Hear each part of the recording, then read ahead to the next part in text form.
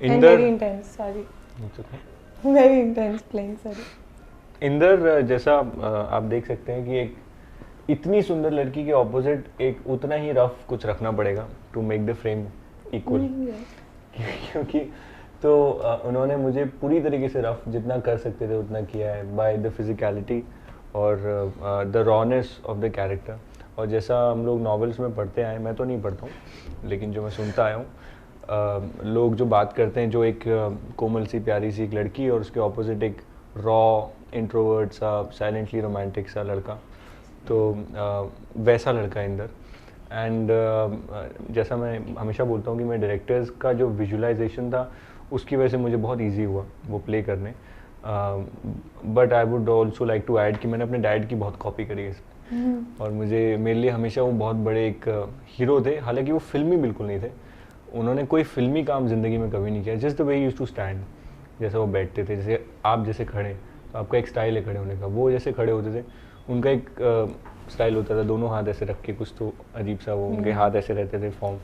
तो वो चीज़ मैं हमेशा अनकॉन्शियसली मैं शायद नोटिस करता था। और कई जगह इंदर में मुझे लगता था कि डैड क्या करते हैं तो मैंने अपने डायरेक्टर्स को भी कहा कि मैं I would like to imbibe a few things, तो उन्होंने वो काफ़ी खुश हुए। एंड आई होप डैड थोड़े से झलके हैं इस कैरेक्टर में। एक और चीज़ हम देख रहे हैं, a love story sealed with a curse. जी, तो ये क्या एक डार्क साइड की तरफ फिल्म धीरे धीरे जाती है कि मतलब क्या है, अगर कुछ बताना चाहें आप दोनों? इस बोले नहीं, आप कहिए। इट्स ऑन द प्रेमाइस, जो एक लव स्टोरी होती है उसके खूबसूरत पार्ट्स तो हम लोग देखते ही हैं और आप लोग ट्रेलर में भी देख रहे हैं, गानों में भी देख रहे हैं, लेकिन एक जो रियल लव स्टोरी होती है उसमें एक पेनफुल पार्ट भी होता है, और which is the more real part. उस पेनफुल पार्ट को कितनी खूबसूरती से दिखा सकते हैं, now that is the skill and which my directors are experts in, as she said, they masters in this.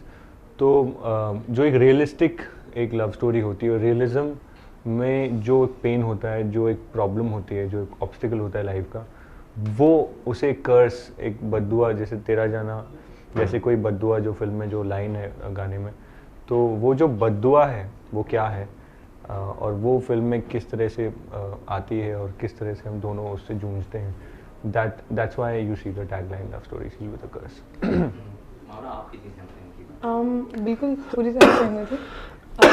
Actually अगर आप जो टाइटल ट्रैक है हमारा सनम तेरी कसम, वो बिल्कुल एप्ट इंटरप्रिटेशन है ऑफ द स्टोरी, जो हर्ष ने भी बोला कि तेरा जाना जैसे कोई बद्दुआ। So that's the love story sealed with the curse. और मुझे ऐसा लगता है कि राधिका मैम और विनय सर जो हैं, हम अक्सर डिज्नी की स्टोरीज देखते हैं और हम उसमें एक स्टोरी देखते हैं बड़ी प्यारी सी, और उसके बाद वो एक पॉइंट पे जाके एंड हो जाती है जहाँ आता है कि they lived happily ever after. होता क्या है कि वो दिखाते नहीं है।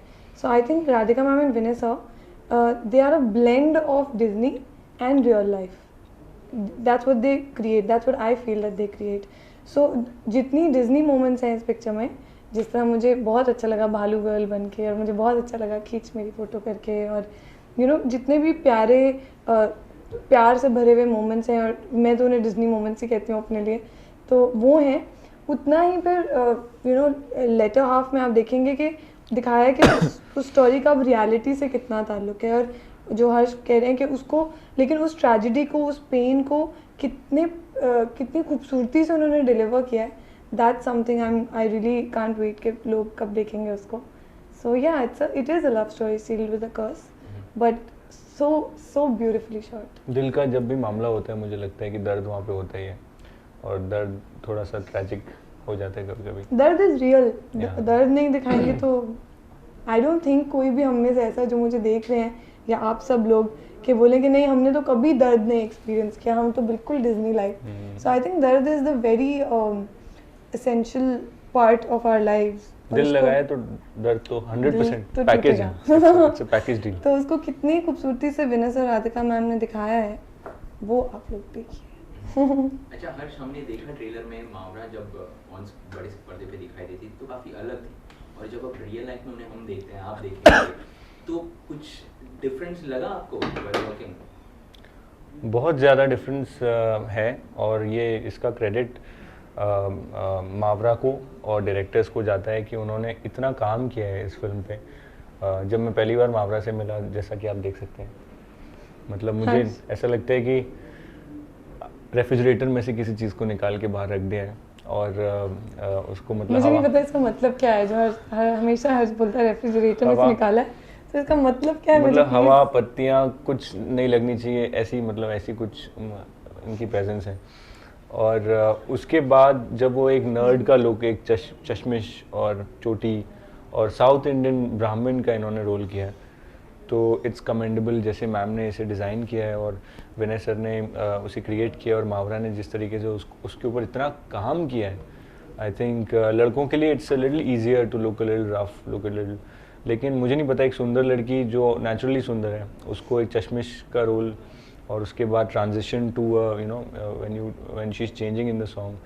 तो मेरा तो बिल्कुल उल्टा था इम्प्रेशन जब मैंने पहली बार देखा, और जिस तरह से काम किया मैंने सोचा नहीं था। मुझे लगा थोड़ी डेलिकेट सी होंगी, कहाँ मतलब मेरे को कहाँ कौन कैसे, बट द डेडिकेशन। और सबसे कमाल की बात यह है कि दिखती हैं तो ऐसी हैं कि मतलब वो जो प्रिंसेस एंड पी वाली जो कहानी है, 7 गद्दों के ऊपर भी कोई वो महारानी सोती थी, तो नीचे अगर 7वें गद्दे के नीचे एक पी होगा तो उनको मोच आ जाती थी। तो मुझे लगता था वैसी कुछ होंगी, लेकिन एक इतना एविडेंट इसमें एक प्रूफ है हमारी फिल्म में। एक स्केड्यूल था 30 घंटे का, उसमें से 22 घंटे मावरा बाथटब में थी। जो तेरा चेहरा गाना है जो फिल्माया गया था, वो एक हमारे पास सिर्फ 30 घंटे का दायरा था, और उसमें Mawra was in water in Cape Town in around 5-6 degree temperature, और उसमें ठंडे पानी में, और 22 घंटे, मतलब 2-3 घंटे बाद मुझे लगता है लड़के भी शायद अफेक्ट हो जाते, बट मावरा जो इतनी स्लेंडर सी स्लिम सी दिखती हैं, I think she is very strong. Mawra, आपको क्या रिएक्शंस मिला आपके फ्रेंड्स से when they saw you first time in such an avatar? Actually सबके लिए बहुत डिफरेंट है, क्योंकि firstly Indian, then South Indian, then Brahmin. It's something जो कभी लाइफ में ना मैंने एक्सप्लोर किया है, ना ही I have come across these people. तो when I met Radhika ma'am and soon after that I read the script, I realized that Saru is a reflection of her. तो तब से ही मैं उनको बहुत ज़्यादा नोटिस करने लगी कि अच्छा वो क्या बोलती हैं, कुछ चीज़ें वो कैसे प्रोनाउंस करती हैं, बिकॉज ऑब्वियसली मुझे ऐसा लगा कि सबसे ज़्यादा मैं उन्हीं से सीख पाऊँगी, बिकॉज इतना क्लोजली उन्हीं को देख रही थी, जो एक साउथ इंडियन लड़की जो मुझे प्ले करना था। तो आई थिंक सब लोग बहुत ज़्यादा खुश हैं। एक्चुअली जिस तरह मैंने किसी साउथ इंडियन से इंटरेक्शन नहीं किया हुआ, मेरे फ्रेंड्स एंड फैमिली ने भी नहीं किया हुआ, तो उनके लिए this is an absolute character. वो इसको मेरे लिए रिलेटेबल नहीं, उनके लिए ये नहीं है कि हाँ ये मावरा है, उनके लिए वो सरू ही है।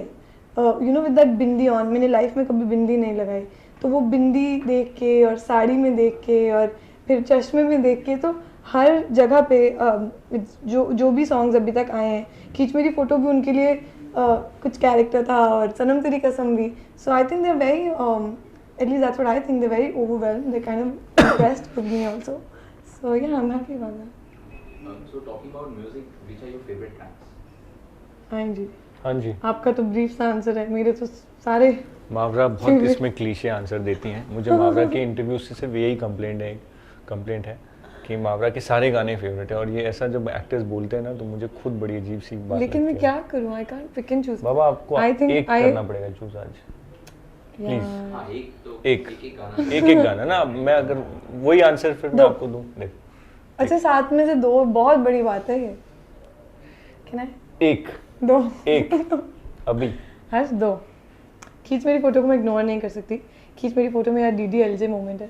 मुझे जब खींच मेरी फोटो की नरेशन मिली और जब मैंने सॉन्ग सुना, तो मुझे एकदम लगा कि ज़रा सा झूम लूँ मैं, टाइप कुछ करने वाली हूँ मैं, तो मैं बहुत एक्साइटेड हो गई।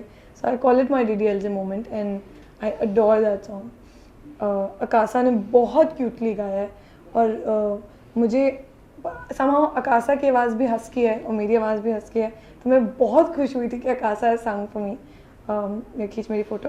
और फिर अब मैं क्या, how can I pick between Arijit and Ankit? Please tell me, how do you do that? How does one select one? Ankit Tiwari. Okay, so Sanam. अच्छा, फर्स्ट फेवरेट खींच मेरी फोटो है, सेकंड फेवरेट 2 है। I think it's like a dream come true for any debut to have Arijit and Ankit sing for your film. For your first film, तो अब आप किसी को भी इग्नोर नहीं कर सकते. Himesh sir has magically compose the songs, and उसके बाद एक गाना आप सुन रहे हैं, आपका पहला गाना आ रहा है अंकित की आवाज़ में, आपका दूसरा गाना आ रहा है अरिजीत सिंह की आवाज़ में. So it's very overwhelming and it's very difficult for me to choose one. I think तेरा चेहरा इज़ अ, किसी को बहुत ज़्यादा प्यार में पड़ना हो तो वो तेरा चेहरा सुनते जाए, और किसी का नया नया ब्रेकअप हो तो वो सनम तेरी कसम सुन लें. सो बहुत रेलिवेंट गाने हैं आप लोगों की लव लाइफ के लिए.